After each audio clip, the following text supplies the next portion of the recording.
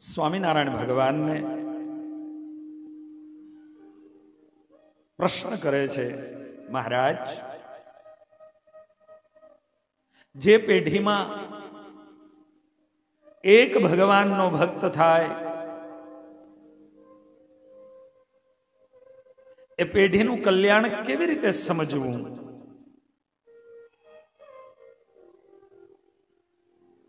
સ્વામિનારાયણ ભગવાન એવું કહે છે કે જે કુળમાં એક ભગવાનનો ભક્ત સાધુ ત્યાગી બને છે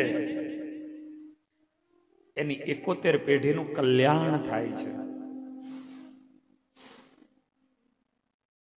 પણ 71 પેઢી કેવી રીતે? તો 71 પેઢીની અંદર એવું કહેવાય 41 પેઢી 41 પેઢી 31 પેઢી જે પરિવારમાં એ જન્મા છે, જેમ કે પૂજ્યરામ સ્વામી તો ભુવા પરિવાર પૂર્વાશ્રમ, તો એ પરિવારની 31 પેઢી એનું મોસાળ જે હોય એના માતુશ્રીનું પિયર, એટલે જે વ્યક્તિ ભગવાનના ભક્ત બન્યા છે, સંત બન્યા છે, ત્યાગી બન્યા છે, એનો મોસાળ પક્ષ એની 21 પેઢી 52 ગણજો.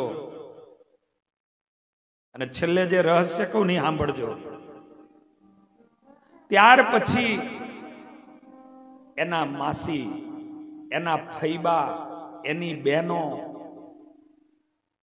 આવી રીતે અલગ અલગ, કોઈની 11 પેઢી, કોઈની 7 પેઢી, કોઈની 3 પેઢી, આવી રીતે કરીને ટોટલ 71 પેઢી થાય. કેવલ માત્ર જે પરિવારમાં જન્માય એની 71 નહીં, કારણ કે એટલું જ યોગદાન મોસાળનું હોય છે કે માં સંસ્કાર લઈને જ્યારે આવી હોય, મોટે ભાગે બાળકની ઉપર સંસ્કારની અસર એની માતાના પીડ્યા હોય છે, સંસ્કારના અસરો એની માતાના પીડ્યા હોય છે. એટલા માટે માતૃપક્ષે 21 પેઢી, આવી રીતે સ્વામિનારાયણ ભગવાન કે 71 પેઢીનું કલ્યાણ થાય. પણ 71 પેઢીની અંદર એનો સગો ભાઈ હોય પણ એને જો એવો ભાવ ન હોય કે મારા કુળમાં આહા અમે ધન્ય, આવા સંત થયા, આવા ભક્ત થયા, આવા ત્યાગી થયા, એને જો એવો મહિમા ન હોય તો એ હગો ભાઈ હોય તો એ રહી જાય. અને એની જગ્યાએ ગામનો દૂર દૂરનો વ્યક્તિ, કઈ લેવા દેવા પણ ગામ ન હોય, અને ઈ એમ ભાવ કરે કે અમે કેવા ભાગ્યવાન કે અમારા ગામમાં એક આવા સાધુ થયા, અમારા ગામમાં એક આવા ત્યાગી થયા, આવો ભાવ કરે તો ઓલો રહી જાય 71 માં આવનારો, અને એની જગ્યાએ ઓલો ફિટ થઈ જાય.